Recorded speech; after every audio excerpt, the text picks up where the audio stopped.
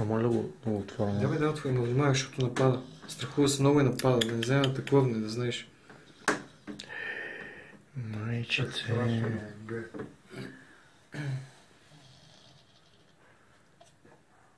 Ритмато викаш от човека. Предполагам, че е ритмото, не знам. Добре, това ученце, според мен, не е замахане. Внимавай. Това ученце ми се струва, че има шанс да се оправя. Това вече ще го видим за бъдещето. Да, оставете му това ученце. Не, това ученце според мен има шанс. Ще го видим вече с... Оле, миличкото.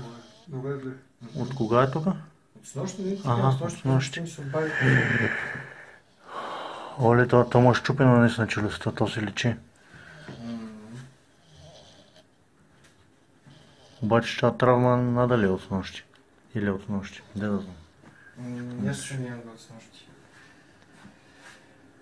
Да ти го оставя на тебе, ти го пишем ли на тебе това, което не се казва, какво да правим? Защото нямам време за чакане, разбираш ли? Аз трябва спешно да намеря хора, да говоря, ще се поема ли, че няма ли да се поема, за да може да се почне да се действа. Почвайте да го лекувате веднага, как?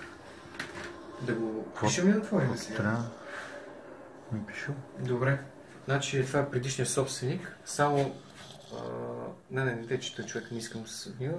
Просто да помоли, той го кръсти Флъфи да си му остане. Флъфи? Да. Така се казва. Да. Така. Флъфи и аз ще такова ще му се обана на момчето да му кажа, че ти си го осиновил. Ако искаш евентуално някакви контакти ще ви... да може да си го видя, ако иска, или там пръвно да си говорите с него, той да ти каже някакви неща, както прецениш. Идеята ми това ще го променя в системата, ще му пиша твоето име, и тук нататък вече ти се обаждат него да ти казват общо след какво трябва да се прави, какво не трябва да се прави и така нататък. Неже за да оздравя котенството. Ти го знаеш това, да е стандартните процедури. Ти го вълни ли се в казармата? Кое е клип? Клип? Да, клипчето, но да се надяваме, че някой... Защото аз нямам къде го пребера това коте. Ето, сега ще остане тук. Сега ако знам, че е здраво, мога да го пребера всъщност. Ама не, то при котки това не може да отиде, но аз за това те питам, ако го снимаш, това значи някой финансово да поема деца вика отговорност към котката, от тук нататък деца вика да те търсят колегите тебе, да ти казват кое какво ще струва и така нататък и да си има собствени деца вика. Добре, айде, Добре.